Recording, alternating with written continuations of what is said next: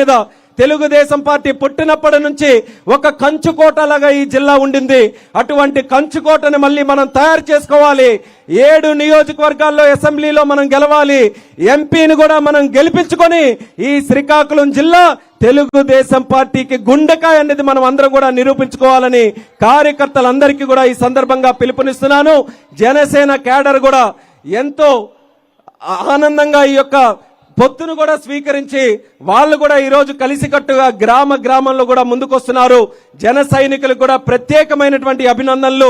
ఈ రోజు వైఎస్ఆర్ కాంగ్రెస్ పార్టీ వాళ్ళ క్యాడర్ ఎవరో తెలియదు, వాళ్ళ నాయకులు ఎవరో తెలియదు. ఎంపీలుగా ఎమ్మెల్యేలుగా పోటీలు చేయమని టిక్కెట్లు ఇస్తామనంటే ఏ ఒక్కరు వచ్చే పరిస్థితి లేదు. అటువంటిది వాళ్ళ పార్టీ గురించి ఈరోజు మాట్లాడుకోకుండా మన పొత్తుల గురించి ఈరోజు మాట్లాడుతున్నారు.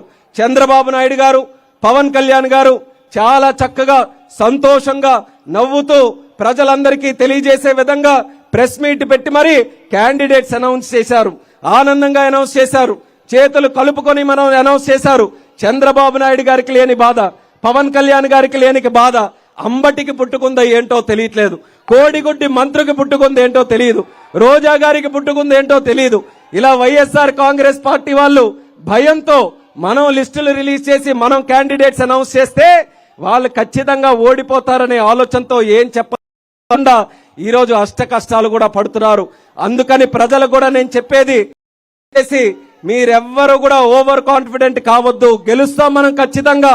కానీ ఆఖరి ఓటు పడేంత వరకు కూడా, ఆఖరి నిమిషం వరకు కూడా, పోలింగ్ జరిగేటటువంటి ఆఖరి నిమిషం వరకు కూడా మనం అందరం కూడా అప్రమత్తంగా ఉండి వాళ్ళు చేసే ప్రతి కార్యక్రమానికి కూడా తిప్పికొట్టే విధంగా మన కార్యకర్తలు అందరూ కూడా సిద్ధంగా ఉండాలని మళ్ళీ ఈ సందర్భంగా తెలియజేసుకుంటూ, ఇంత పెద్ద ఎత్తున జిల్లా నలుమూలల నుంచి కూడా కదలి వచ్చినటువంటి కార్యకర్తలందరికీ కూడా పాదాభివందనం ఈ సందర్భంగా తెలియజేసుకుంటున్నాను.